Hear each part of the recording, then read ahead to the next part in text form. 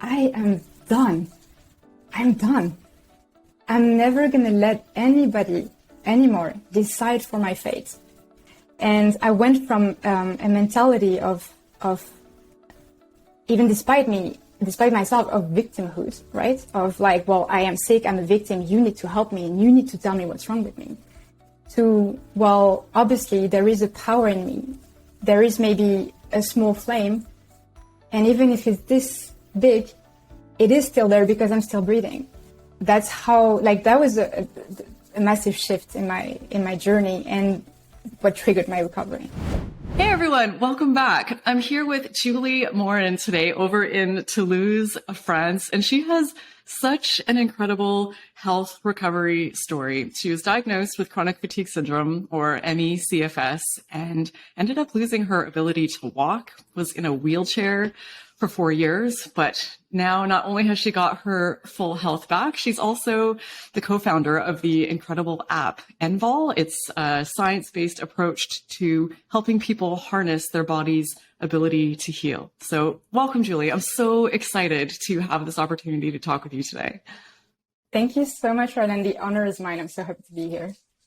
So let's dive right in. You have such an intense health journey that you've been on, and such an incredible recovery that you've had with your health. So can you tell us a bit about that? Sure, yeah. So thank you. I just wanted to say, first I wanted to say I'm so happy to be here because I think your channel is incredible for people who suffer from chronic fatigue syndrome and who can't find any answers to their ailments, and, to just find a kind of tribe to, people that they can relate to, and answers and tips. And so I just wanted to say thank you for this, because it's really just like, it's very hopeful to see this, and I'm sure you're helping so many people. So I'm very happy to be here and to share a little bit my story, and hoping that it can inspire somebody and also help somebody in maybe finding answers, somebody that may not know why they got ME in the first place. So my journey started actually when I was 18 years old. Before that, I was a very healthy person. I was dancing ballet. I think I danced ballet for over a decade.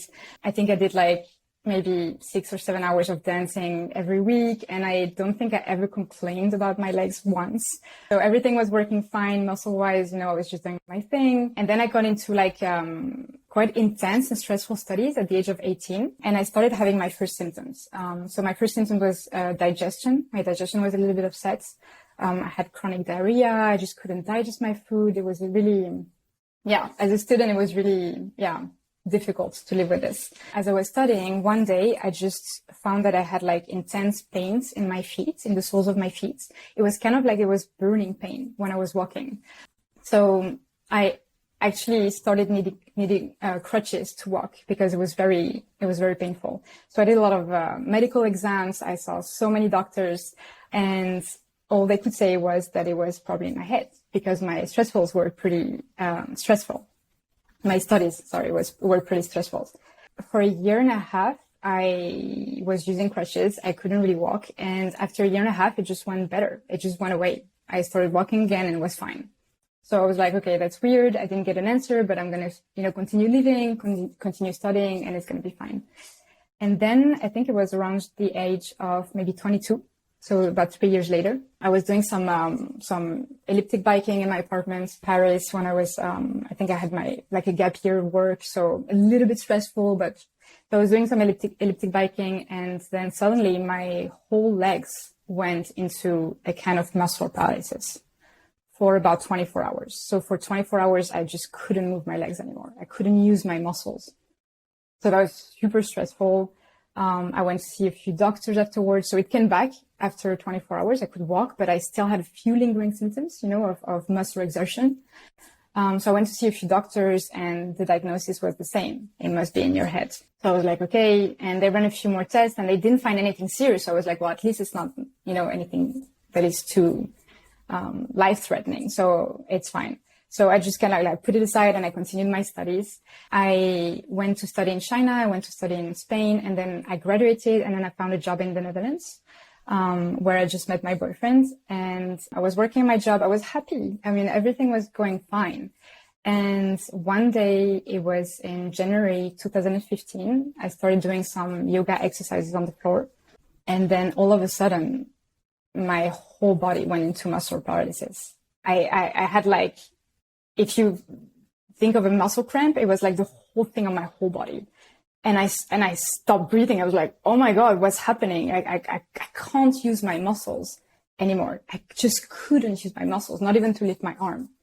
So I went 2 weeks I was rushed to the ER in a wheelchair, obviously. And then for 2 weeks, they did all the possible exams, and then they didn't find anything. As I'm sure so many people can relate that. And then they said, well, it's probably in your head, then. So you need to do a little bit of a psychological work and try to understand why you have these problems, and it's been going on for a while, apparently. So you must have some kind of disorder in your mind that because somatic disorder, I don't know, whatever that is, that you're just provoking this. So there I was at 25, in the Netherlands in a hospital. And I was like, well, obviously they don't know what's wrong with me. Obviously there is something that is wrong with me, but they can't find it. So what option do I have? They're offering some psychological treatment, so I'm going to take it. So I started with that. So for 2 years, I was in my wheelchair and I went to the shrink and we talked about everything. And I mean, I always say it was great in the sense that I always find it interesting I'm passionate about how the brain works and everything, how to understand your emotions and everything. So I found it fascinating. It actually really helped me because I think it can help everyone. But at the end of the 2 years, I still wasn't walking. I was still in my wheelchair. So then I started resuming, visiting doctors because I was like, I do need a diagnosis. I'm stagnating now. I can't be at 27 now and still in this predicament.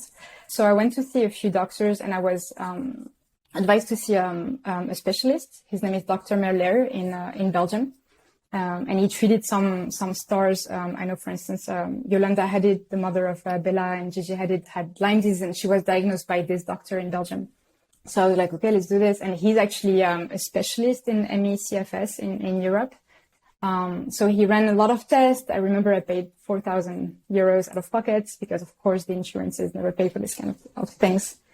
Told me that I had a very low Lyme disease. It came out very, very low. So he said, you have Lyme disease. So we're going to put you on an 18-month antibiotic treatment, along with steroids and along with a lot of other things, because of course the medication was giving side effects. So a lot of a whole treatment. And I was like, I was actually relieved when I heard the diagnosis because I was like, okay, finally a doctor that found something, right? It's not in my head and I'm not crazy. And I remember vividly because I said, I'm not crazy. They found something. So I started my treatments and that brought us to September 2017. And in the span of 3 weeks, I went from, I don't know, I think I was at 30% of my capacities maybe to 1%. It went very quickly, very bad. I started fainting. I hit my head in the shower. My boyfriend was taking care of me in our apartment in the Netherlands. And then he said, Julie, I have to work during the day. I can't take care of you. You need assistance. And I couldn't go back to the hospital because they just couldn't help me.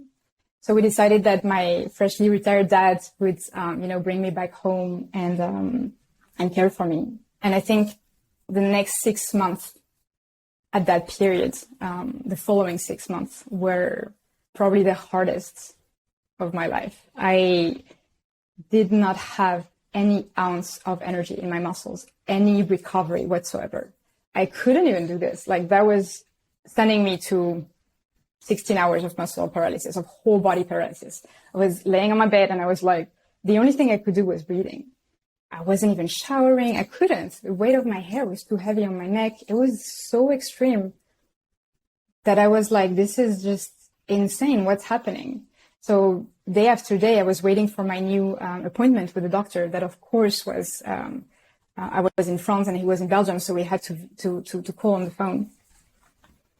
But every morning that I was waking up, I was like, well, if you're still breathing the next day, then you're going to live another day. That's a win, right? I was at that level of survival. And so I called the doctor. It was in January 2018. And then he was like, why aren't you here? Why aren't you at in my office. And I said, well, the treatment is really making me very sick. And I had a whole list of questions because I need to understand things, to really make them work and to be motivating into following them. And he didn't answer any of my questions. And I'm taking this example as a doctor, but I think there are great doctors, but this one in particular was just a reflection of how the system is flawed. The conversation lasted 4 minutes. I was in the worst hell, and he gave me 4 minutes of his time on the phone. And the outcome of the phone call was, I'm going to send you a whole new list of medicine to take. And I think so I hang up that moment, and I remember because I saw the 4 minutes on the phone, and I think that was the drop for me. That was the drop of years, over a decade, and even more, like 15 years of not being helped by, health professionals in a way that they wanted to help me, but they just couldn't. And that was the drop. And I saw the phone and I saw the 4 minutes, and I was like, I am done. I'm done. I'm never going to let anybody anymore decide for my fate, because the power must be in me. So I went there was a complete shift that day. It was just such a random day and such a random phone call, but it was just this job that made this enormous shift that put everything into motion. And I went from a mentality of even despite myself, of victimhood, right? Of like, well, I am sick, I'm a victim, you need to help me, and you need to tell me what's wrong with me. To, well, obviously there is a power in me. There is maybe a small flame. And even if it's this big, it is still there because I'm still breathing. And maybe there's something that I can do to ignite that flame and to maybe make it, turn into fire again. And that's how, that was a massive shift in my journey, and what triggered my recovery. Okay, I'm going to need a minute on this one. It's been intense, my God. Oh my goodness, Julie. The whole time you've been talking, I've just had goosebumps, and I can't even begin to imagine what this has all been like for you. I mean, before you had that moment, that incredible and moving shift of empowerment, when you were in the worst of the worst, what were you thinking? How were you getting through your days when you couldn't barely lift your arms? It's something that's very interesting, because my parents already lost a child, my sister, which is like a whole other sad story. She had a car accident when she was a teenager. She stayed a month and a half in the coma, didn't make it. And I think I just told myself in my head, they cannot be childless. That's not an option. So I think it was that kind of that desire to fight and to be like, well, I have to make it work. I have to, because, and in some way I was like, maybe this is happening for some reason, I have to make it work. There's no other option. And I had the chance to have a wonderful, supportive boyfriend who believed in me more than I believed in myself, and who was my rock. So that created this will, to fight. And I think everybody has this will to fight within us. We have it. I think it's a natural thing that we have. We need to fight this. We need to survive. And back then I also discovered the work of Medical Medium. I don't know if you're familiar with him or not. And I found his podcast and his community, and I've changed since then. But back then, he wrote in his books that I would heal, even if he didn't know me. And I had the feeling that he was talking directly to me. And that saved me, because he told me I would heal. And I was like, well, then I will. I don't know how, I don't know when, but I will. And I made a promise to myself that I would try to understand all the conditions in which the body can heal, and then pass that on to other people, so that they could themselves inspire others and kind of have this, ripple effect, and turning this situation into something actually very positive. So what happened from there? How did you start to turn this around? From the moment I hung up the phone with the doctor, I was like, okay, so I had this shift, but I was also like, okay, you're on your own now, so you need to make it work. So I had very few cognitive abilities. That was another one of my symptoms. I guess a lot of people with ME and chronic fatigue syndrome can relate to that. Enormous brain fog, dizziness. I had very bad vertigo also at one point. just, you can't even read a book, right? You try, but then you read one page and it's exhausting. Every mental activity is exhausting, as well as physical anyway. But I was like, with the little capacity that I have, I'm going to kind of like dive into books, into medical papers, into, anything I can find, to identify the conditions in which the body can heal. Because I was like, I know that there is a healing force in me that I know already. If you cut your skin with a piece of paper, or your skin will heal. If you cut a part of your liver, the surgeon does is that the liver will heal. So I was like, well, there is something that we have this ability. We don't really talk a lot about it, right? We're not taught this at school, but we have this ability. So I was like, what are the conditions that I can create in my life to maximize that healing ability? Because I was sure, there's this whole talk about autoimmune, and especially when you don't know you have any or CFS, you think you might have autoimmune, and then autoimmune is like, they tell you it's the body, fighting against its own cells, and then like the body fighting itself. So that whole thinking of like the body is attacking itself. No, I was like, I don't want to hear this. My body is fighting for me every single day. I'm made of a lot of cells, and all the cells are listening to the central voice, my mind, and they're all every day fighting to make me live. That was like a statement I strongly believed in. So I was like, okay, what can I do to help? I want to help, right? So the body knows how to heal. Hey, what can I do?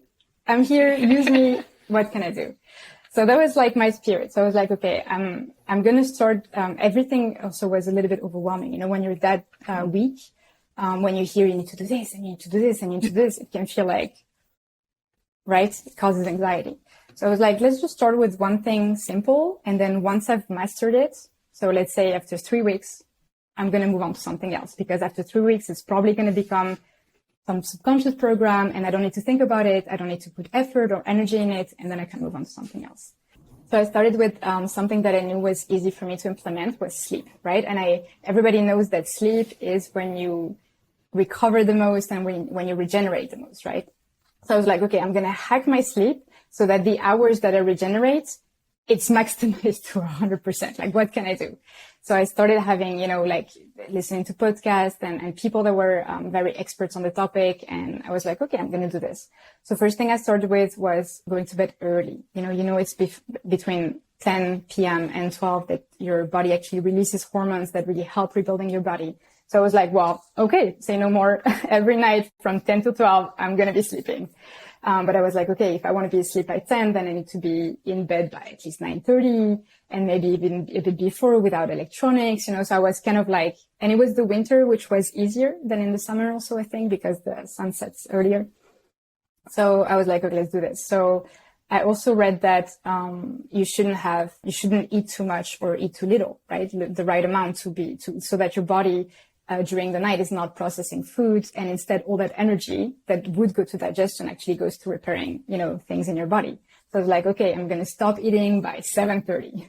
So I put all these little things in place. The room had to be pitch dark because I read studies that if you have like one light, it can, trigger certain hormones and you're not asleep.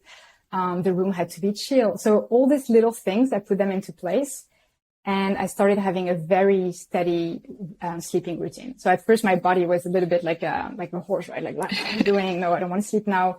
But just implementing the routine and being like, yes, it's fine, I'm helping you, really helped. So after the span of 3 weeks, I kind of like integrated this and actually started seeing better energy in the morning. But I was at 1%. So it went so slow because I went from so far, right? So every little thing that I was doing, even if it was gaining just 1%, I was like, okay, I'm going in the right direction. I'm not going backwards. So sleep was the first thing. Then I moved on to food, right? We all know that, you need raw materials to, power your mitochondria, especially for chronic fatigue syndrome. So I was like, okay, let's just give all the amazing foods. So I really went to a diet that was really high in colors, nutrients, antioxidants, really whole and processed foods. And I think when you start your journey, and I'm saying this maybe for the people that might be listening to us that start on this journey of like changing your diet and adopting healthier habits, you can get very quickly into maybe dogmas, right? And food labels, and then being like, oh, I'm vegan or I'm a keto. And then you kind of like get lost into this, and sometimes you even forget your vision. If I can give one tip on food, because I think I've tried pretty much all the diets, what matters is the quality of the food and the fact that it comes from Earth, pretty much.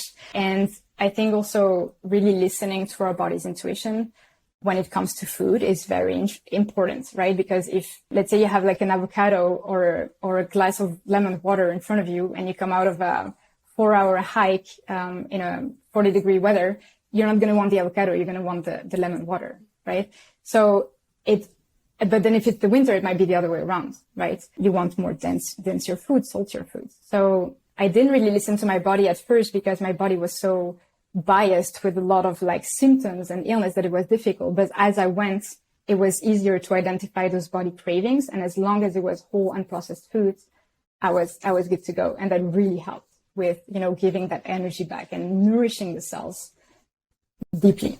So that was the second thing. So sleep, food. And then I was like, well, but, food is a way that we have to nourish ourselves. But is there something else? What can I do more? I was really into that thinking. And again, because I just didn't have a choice, I wasn't working, of course. And I was like, what else can we call nourishment? And so I did some research, and then I found out that actually 1/3 of our energy comes from sunlight. It's not the food we eat, it's the sun we absorb. 1/3. So I was like, oh, okay. Wow. Yeah, 1/3. So I was like, that's actually crazy. If I stay inside all day because I'm so sick, well, at least I can just maybe move my bed by the window and then just get that sunlight through the window. So I started researching my body like a solar panel, right? I was just going outside. My dad would just wheel the wheelchair, and then I was like this, and just receiving the thing and just charging myself. And it really came to me, the idea of a battery. It was just recharging the battery. Sorry, I love that idea of a solar panel. I think that's such a perfect explanation. Why have I never thought of it that way? Yeah. It's brilliant. So then I was like, okay, so the food, the sun nourishes you. What else nourishes you? And I actually learned about grounding, right? So what we don't realize is that a lot of time, especially with our modern lifestyle, the fact that we're exposed to, EMFs and Wi-Fi and radio waves and our phone and our laptop and our screen and TV and everything, microwave just creates a lot of, even the AC actually, it creates a lot of positive ions in the air. And we absorb those ions every day. And we actually need, and I call it a food because we need negative ions to function optimally. This is when we're at the best of our capacities. It's negative ions. But our modern lifestyles makes us absorb positive ions every day. So that's actually such a super easy trick is when you touch the ground with your bare feet or hands or whatever, your bare skin, you actually automatically, it's a process, you don't even need to think about it. You actually just download positive ions that you've accumulated through your phone and everything electronics, and you upload negative ions from the earth. And that's an unlimited resource. It's always going to be there as long as we live. So, and that process itself just starts balancing your body. It's like your body is like, oh, finally, it's like water. Oh, finally, I have those negative ions.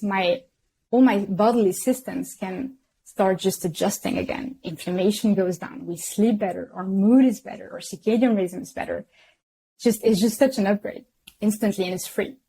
So I was like, okay, so food, sunlight, the earth, what else is a nourishment? What else do we need to live, to survive, to thrive? And that's love, right? So I read a study once that said that orphans, if they're not touched because they don't have, parents, and they're just left alone in a corner of the orphanage, if they're not touched, they're not kissed, they're not spoken to with love, actually a large percentage, I don't remember the number, but actually doesn't survive. Infants, they die, the newborns, they die because they don't receive love.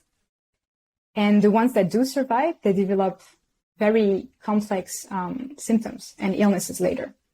So there's like a problem in their development. So I was like, wow, love is a nourishment. Like we do need it. And it can come in several ways. It can come in self-love, talking to ourselves with positive thinking, positive thoughts. It can come through touch, massages, hugs, social, be it just in a social environment that just fosters good health. We've seen in the blue zones, all those centenarians, they're all together. They're always they have a very active social life.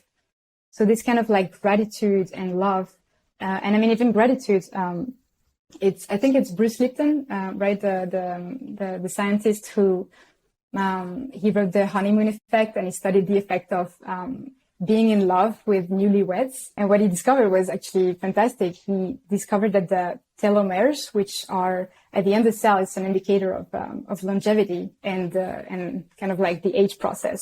He found out that people that were newlywed that were in their honeymoon were actually lengthening their telomere, which they were lengthening their longevity by just being in a state of gratitude and of love for each other, for life, for everything. So I was like, oh my God, okay, well, I'm going to be, grateful. And of course that was hard. I'm saying this, but that was incredibly hard because of all the pain. And I think whenever you experience pain, you experience a whole load of unwanted emotions that come with it, right? So frustration, disappointment, anger, everything that comes with it. But whenever I could, I was just, watching a sunset, watching a bee on a flower, anything. And I was trying to foster those feelings of gratitude because I knew they were healing my body. And the more I was doing this, actually, the more I was craving feeling gratitude. So it was kind of like a positive cycle.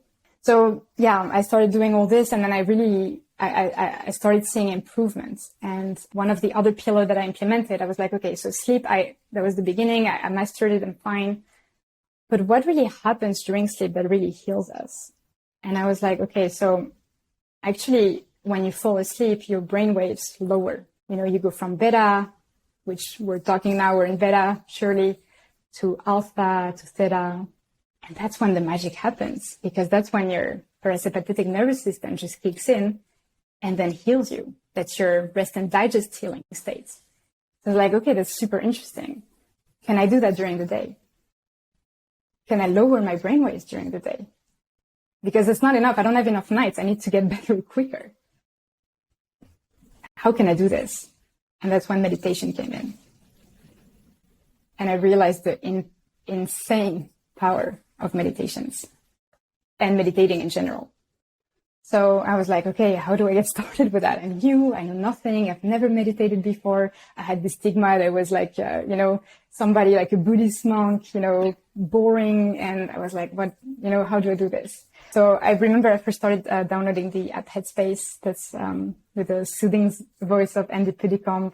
And I learned how to meditate, how to lower my brainwaves. And something incredible happened, because when I really got how to do that in a few minutes, my pain level went from maybe 8 out of 10 to a 3 out of 10 in a few minutes. It was as if I had taken morphine.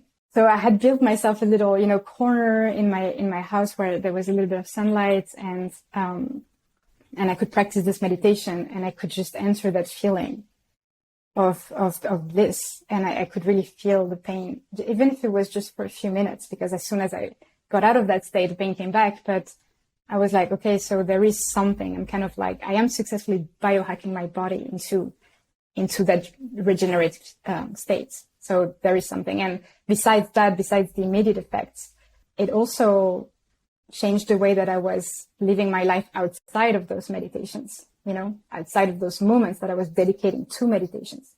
The rest of the day, it took time.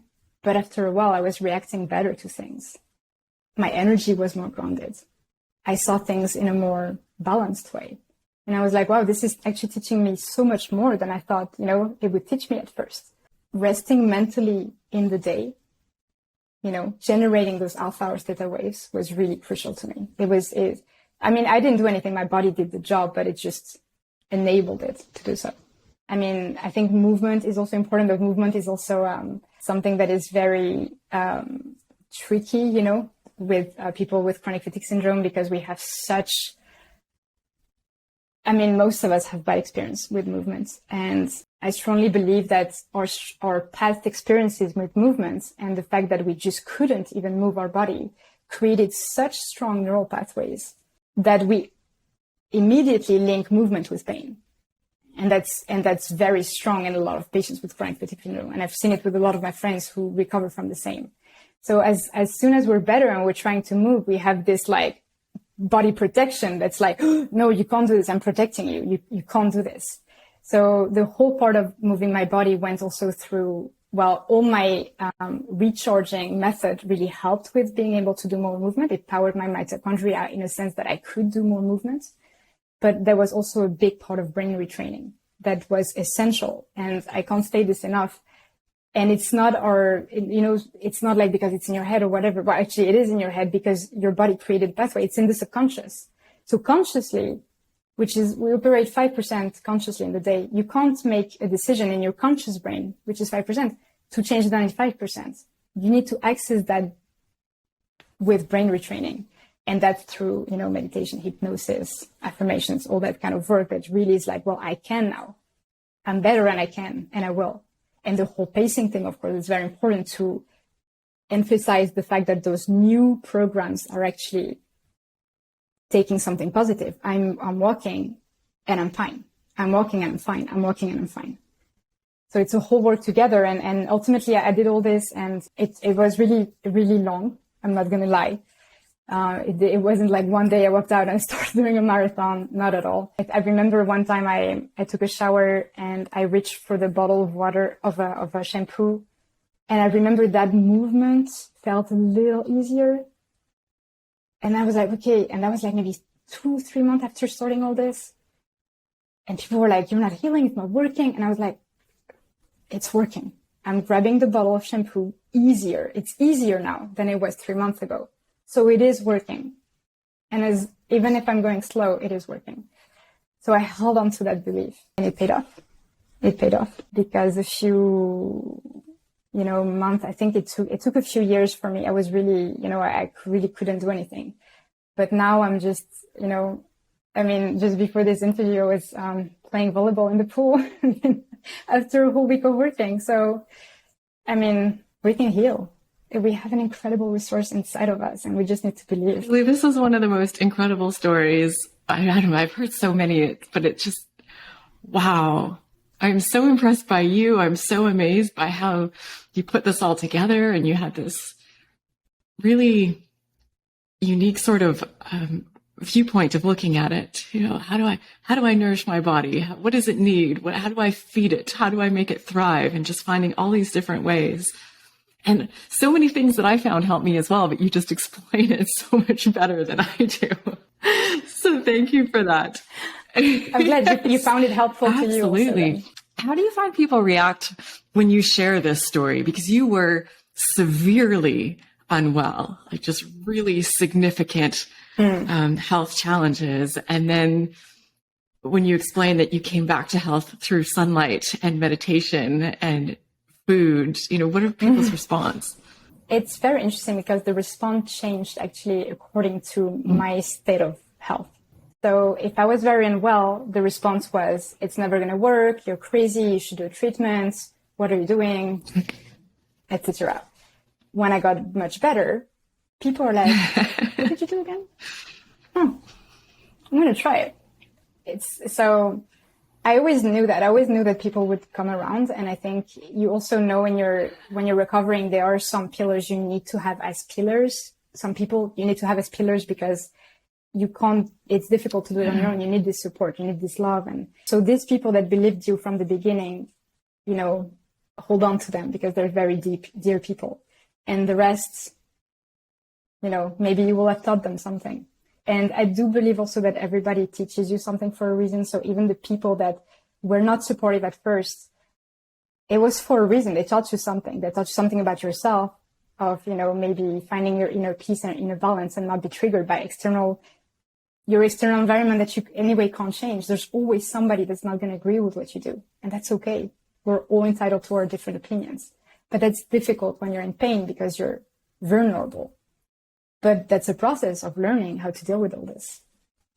So when you started feeling quite well again, how did that feel? What was it like to be able to, walk and move and start to live again after being basically trapped in your body for so long? I guess I just didn't even realize it. There's a video of me that my boyfriend took when I was walking outside for the first time. And he told me, look, you're walking again outside. And I turned and I was like, yeah, right. Because we're so in control. We're so, desperate to, it was literally one step after the other. So I forgot to look at the whole thing, And as I said, it was so gradual and it was so little by little that it wasn't like one day I walked out and life was amazing again. I think it was so gradual that I just didn't even realize. And then there's some moments in your recovery where you do something and you do it with so much ease that you're like, wow, I couldn't do this before. And you just realize how far you've come, and that it was all worth it. And those moments, we should really cherish them because they're amazing victories. And they're victories that to some people might not even feel like victories, right? Vacuuming the house, emptying the dishwasher, making your own juice, or going up a few flights of stairs, driving, like all those things are, but I celebrated all of them because I was like, look at me, I'm vacuuming, doing all those things again, and I don't need to rest for 3 days after. It's such a lesson in gratitude, isn't it? There's so many things that I'm grateful for now. Yeah. And I wish I could say I was constantly in that state of, look at that flower, I can brush my hair. It starts to fade a little bit, but for me, it still hasn't gone away completely. And sometimes it's gratitude for the unpleasantness of life too. Like I might have a week from hell and a really hard week at work, and it comes Friday and I just think, I just did so many 12-hour days. Like I just really went all out and I feel okay. Like I can make dinner, I can go to the gym. Yeah. And I think gratitude is also something that we can cultivate. It's something that the more we practice gratitude, the more actually any thought that we have releases a chemical compound in our body. And our body actually becomes addicted to those chemical compounds. And that's why you have some people that are always gossiping, because they're addicted to the way that gossiping makes them feel. It's not their fault. It's a chemical reaction. And for that to stop, you need to break the bond of the thing happening. So if you start practicing gratitude, your body's going to create chemical reactions that if you do it enough, and that's what we say, to build a habit, you need like 21 days, then your body will become addicted to that and will actually crave it. So when I was very, in my recovery journey, I think I was meditating. At some point, I was meditating 4 hours a day. I was craving meditating. I wake up, I was, maybe at midday, and I was like, well, my body was inviting me to meditate. And I have the same with gratitude now. But it's easy also to go back in the old patterns of, seeing everything negatively and gossiping, especially if you're surrounded by people who are this way. It's more difficult. But if you make a conscious choice of cultivating that from the inside, then it's actually very interesting how easier it becomes. There's Henry Ford that said, whether you think you can or you can't, you're right. Like, you're right. If you think you can't, you're right. If you think you can, you are right. So it's literally the central mind that we need to tune into a frequency that is actually a positive one, that is actually a vision of ourselves healed, and we're pulled to that frequency, to that vision. And when you focus all your attention on that, so that was also part of my recovery that was extremely important to me. And I think, bear this fruit is I was visualizing myself walking again, even running in the sand. I remember, because I hated walking in the sand all my life, because it's just, when you walk in the sand at the beach, you work all your muscles and it's even more painful. So for me, it was like very bad memories. So I started visualizing during meditations and visualizations, this vision of myself running at the beach on the sand. And at first it was always like the vision equals pain, the vision equals pain, the vision. And I was like, no, try to break it. So, and then after a while, trying again, the vision equaled freedom, joy, anything positive, just love and gratitude. And then when I started doing it again, I just started associating with those positive feelings and this positive vibration. And that literally just pulled me out of my wheelchair. That was that vision. And I think this is something that's very important with it, not only chronic fatigue syndrome, but also other illnesses. When I first started, Instagram wasn't really there, but I went on all these forums and people saying about how sick they were and how hard it was and how doctors are. And that's an important part of recovery. The first part of like, well, it sucks and I'm going to state it. I'm going to voice it. It sucks, but it's important to get out of that. And I think everybody that recovers got out of that state. Yeah, I bet you could do a playback through my interviews that I've done here on this channel and find a clip of virtually every person saying something similar to that, because I don't know how you heal. I don't know how you achieve anything when you have that perspective and when you're surrounded by that kind of energy and information. So yeah, it's a balancing act for sure. Of course, we want to acknowledge our struggles, acknowledge our feelings, acknowledge the hardships that we're going through, but also developing those tools to make sure that that's not where you're permanently staying. Exactly. I get asked this question a lot, and I'm never quite sure how to answer it. And I feel a bit bad throwing it back at you. But so many people ask me it that I feel like people watching, at least a chunk of you, will want to know, after having gone through something so terrible and now being where you are now, are you worried about it coming back? No, I'm really not. I even had COVID like a month ago. And my attitude during COVID was so much better than my boyfriend's. We both got it together. He was like, oh my God, after a few days, I caught him at breakfast and he had his head he was like, this is horrible. This is never going to go away because of the fatigue.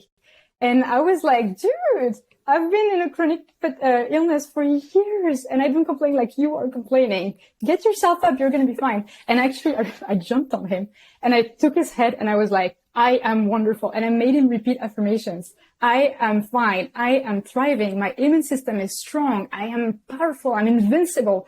And he laughed, but he repeated. And after 5 minutes, he was laughing again. And then it was fine. But I think it's just because I kind of like hacked my body. I know what it takes. I know how to create an environment in which my body heals. So if it ever comes back, it will be because that environment is not promoting health anymore.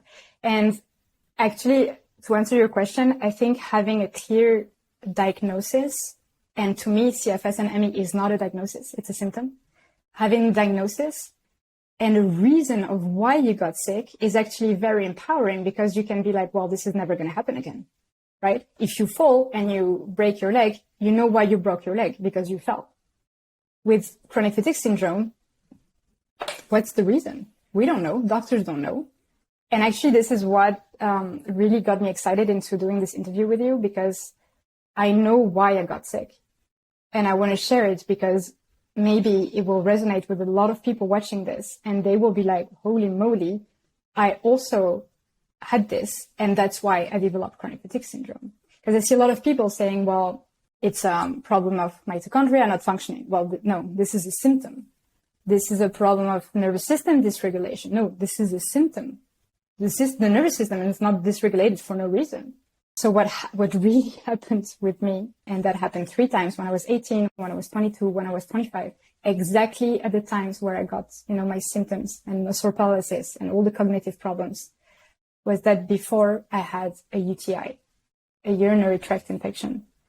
And in order to treat that UTI, I got prescribed antibiotics from the doctor. And not just any antibiotics, I got prescribed fluoroquinolones antibiotics. They're a class of antibiotics that are modified so that there's fluoride in them, in the core. And that makes them very powerful at their job. They're very broad spectrum antibiotics. The problem is that they come with a whole range of side effects that even the FDA has actually urged doctors in a communication of like already years ago to stop prescribing them, because the negative effects are outweighing by far the positive effects. And so I remember I had a consultation call with a French naturopath from what I thought was my Lyme disease, right? And then I talked with him for an hour, and he was like, well, Julie, you don't have Lyme disease. And I was like, what? I thought I did. And he said, no, exactly all the symptoms you're describing. So muscle fatigue, incapacity to exercise, cognitive problem, night terrors, blurry vision, everything you're describing, but especially the incapacity of using my energy, right? My ATP from my mitochondria is a symptom of a fluoroquinolone antibiotic. It's called fluoroquinolone toxicity, and it's a real thing. So he told me this, and that was 2 years ago, and that was 6 years after. No, that was a second, doing some math. That was 5 years after I got sick. So I went undiagnosed for 5 years, or mixed diagnosed actually, because I thought I had Lyme disease. And so he told me this, and I was like, okay, I'm just going to look it up. And he actually told me, well, do you remember any of those, that you took any of those antibiotics? So he gave me a list of fluoroquinolone antibiotics, and I just checked them, and I was like, well, who remembers the name of their antibiotic, right? I don't know. I called my health insurance. And I vividly remember that before I went to the hospital, I had a urinary tract infection, but I didn't remember if it was 6 months before or if it was just before. And I found out it was 15 days before I went to the hospital. And I took a 14-day treatment. It all started to make sense. It was just such a light bulb. And when I was 18, so the medicine I took is called ciprofloxacin. And there is a doctor in Los Angeles called Dr. Mark Galili, and he actually took Cipro. He had ME, CFS. He was in a wheelchair, and he developed a stem cell treatment to heal himself.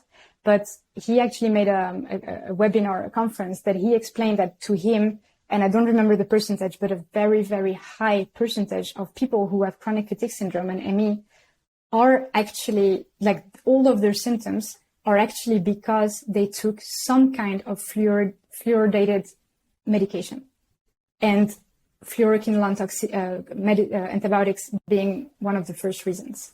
And something very interesting that I realized after is during my treatment with Lyme disease, my doctor gave me other antibiotics, but he also gave me steroids.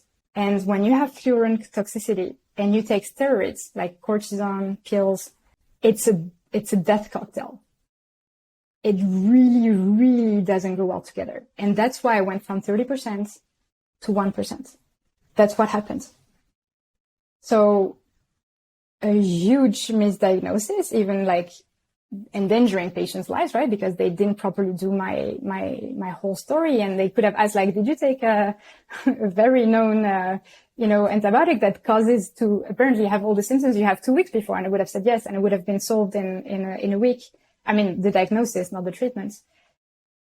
And from that day, I think, to answer your question, I wasn't afraid anymore, because I was like, never, never, never again will I take Cipro. So I will never be sick again, because I know now what it was. I've never heard of that before. That is so interesting. Thank you so much for sharing that. That's every little piece that we can get to help us understand what's happening with people. I think is just so, so valuable. And what an incredible thing for you to have figured out. Yeah. Wow. Yeah. It's ever since I shared this on my Instagram, I think I have about 2 or 3 people a week that message me, that send me a DM saying, oh my God, I've had chronic fatigue syndrome for years. I just looked at my, old prescriptions from doctors, and I did take Cipro. It's actually been incredible how many people realize that because of that. I'm going to be learning along with everybody else, because I don't know how you got from there to here. This has really changed how you live your life. And you now obviously are very passionate about helping and supporting other people, and, a co-founder with the Envol app. So tell us about that whole process. Yeah. So, at the beginning, I thought I would just help people one-on-one, and kind of like do sessions, although I had no health degree in any kind. I'm just somebody that's just interested in those things. I was like, I'm going to help people. But I realized I was like, I'm not helping enough people this way. I don't want to tell people what they should do. I want to empower them to do it. I want to make them understand what they need to do so that they can become empowered, and then in turn empower more people. So I think we actually spent a few winters in Switzerland with my boyfriend. He wanted to snowboard, so we just went there. As I was just recovering, I came a point where it wasn't a wall, but it was like kind of a little bit like a roadblock. I was like, well, I'm feeling a little bit lonely in this, because as you said, a lot of people, as you asked earlier, a lot of people were not really believing in what I was doing. They tried to be supportive, but they didn't really get it. How can sunlight heal her? How can nature heal her? So I was feeling a little bit lonely, and I was feeling like I needed a tool, I needed something to just keep me going. And then I told Tim, my boyfriend, I said, well, what if, it would be incredible to have a kind of tracker, something that would actually give me an indication of my battery level, from 0 to 100.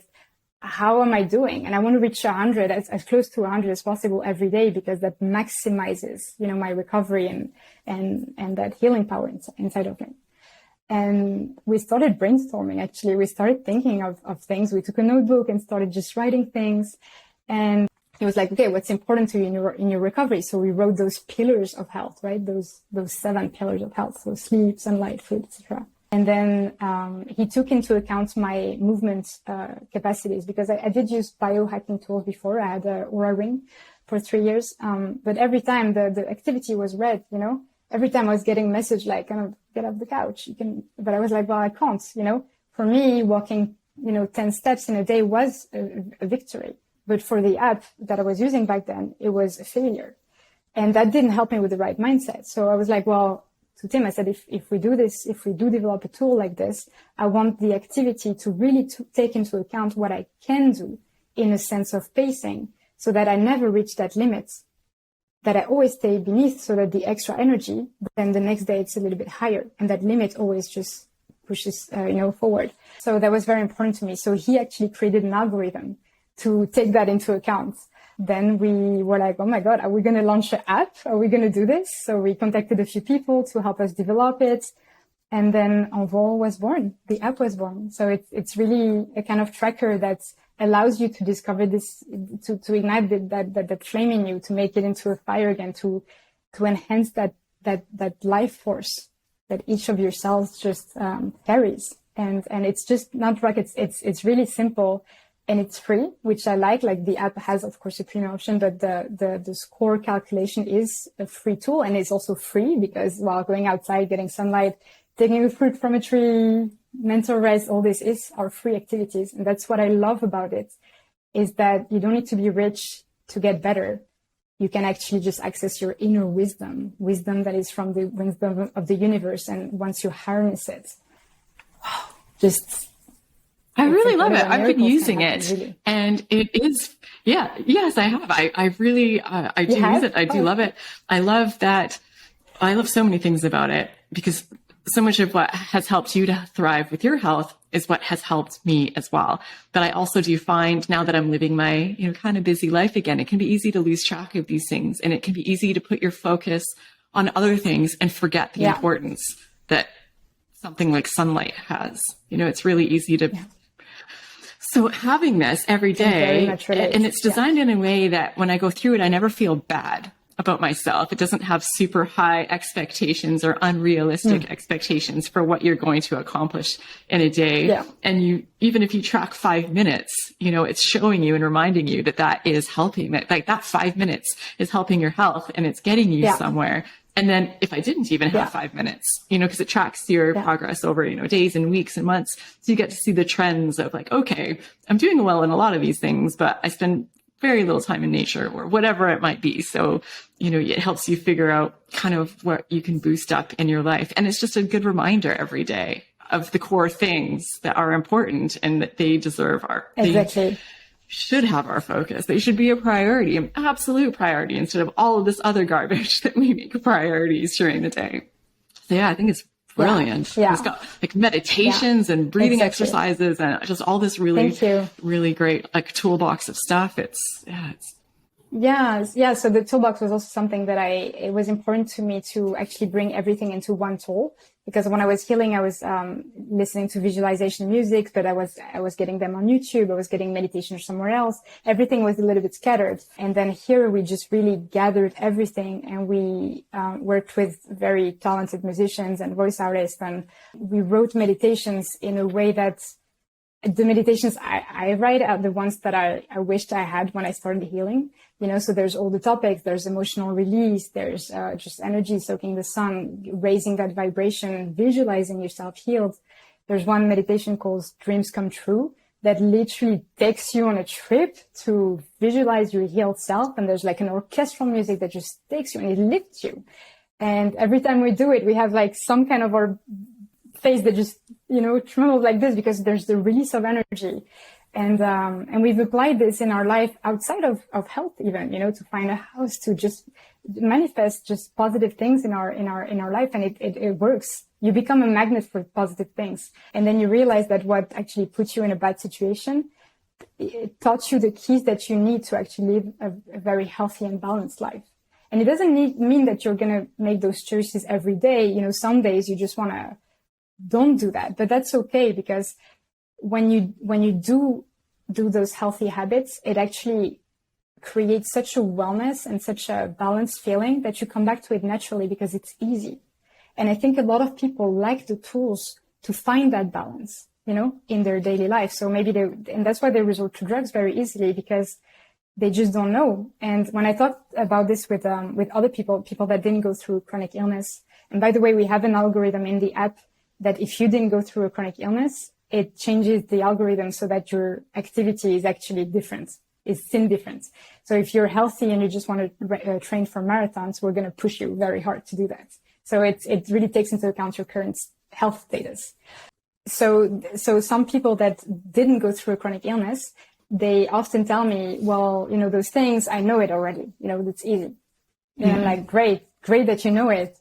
Do you do it? And very often those people have, if they would calculate their score on Envol, they would have a very low score, like a 40. And then they are so surprised that they have symptoms, and it's not like chronic illness symptoms, it's just chronic symptoms that can be a little bit lighter, but still they're chronic, which means that if you don't listen to the body, at some point it starts screaming, and we know that. So I find this very interesting. And Tim, my boyfriend, who's like, he does sports every day, he's very healthy. He does it every day, of course, because he founded the app with me, but he does it because it makes him feel amazing, and he recovers much better, and he gains with musculation much better, with strength training much better. So, sometimes we work whole day and then it's 4 p.m, and we're like, sometimes I'm like, why do I feel like this? Why do I have symptoms? And I look at the app and I'm like, well, everything is blank. Of course I feel like this. And then I take a moment to just go outside and breathe. And within the span of an hour, I feel so much better. And I'm like, well, that's just the key. That's just simple things. We like to overcomplicate everything. But, there's an inner wisdom in us. That just, our bodies are incredible, and they are such amazing healers under the right conditions. And all of us appreciate by now that our modern world doesn't typically have those conditions. We have to go out of our way to put our focus there. So I think this is just incredible. Yeah. Thank you so much, Julie. This has been absolutely insane. I've just enjoyed every second of this. I've been on the edge of my seat. I'm sure people watching have been too. So thank you so much for taking the time to do this, and for doing this today, and for everything that you do to support people. I just have so much gratitude for you. Yeah, thank you so much for having me. It was honestly a pleasure. I find it very important to just spread this message, in case if it helps somebody. And please continue your channel, continue interviewing people that, made it and can share some tips. And it's very helpful to see, the common denominator in all those tips. I love doing it. Thanks. And I just feel like it's really an honor to be able to connect with people this way and help put this kind of information out. And if people want to reach you, or if they want to follow you, how can they do that? If they want to learn more about Envol? So I personally have an Instagram called Julie with Joy. It was Julie's Healing first, and I changed it to be in that positive mindset of, getting out of that chronic illness. So it's Julie with Joy. And the app Envol is available on iOS and Android. The website is envol.app. So there's a free version. I truly hope that it can help you. There's free tools also that you can use. Of course, that'll all be linked in the video description. Yeah. And I understand if people want to give Envol a try, you have a special promo code for them as well. Yeah, so you can find the promo code in your description, the description of the video, and that promo code is completely commitment free, and it allows you to try the app for free for 30 days. So you go into the subscription, you download the app, you go into the subscription tab of the app, and there you fill in the promo code, and then automatically you will have premium access to all features of the app for 30 days. And at the end of the 30 days, your account will go back to a free account, so you won't be charged at all, and that really gives you the time to see for 30 days, at least it's 33 days where you can actually really, give it a try, and it might really just improve your health. And after that, you can still use the free version that has limited access, but you can still calculate your score and just get the tips and all that.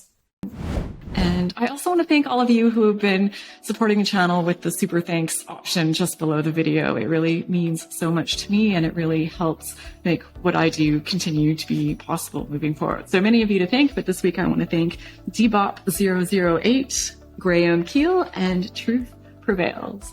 And thank you to all of you watching. As always, I want to send big hugs out to you, and a reminder in case you've forgotten that you are incredible, you are powerful, you can do hard things, you can get through this, And it takes time, but just keep doing what you're doing, one small change at a time. And I do believe you will get there. You have totally got this. So thanks again, Julie. Thank you to all of you. And I'll see you guys in the next video. Thank you.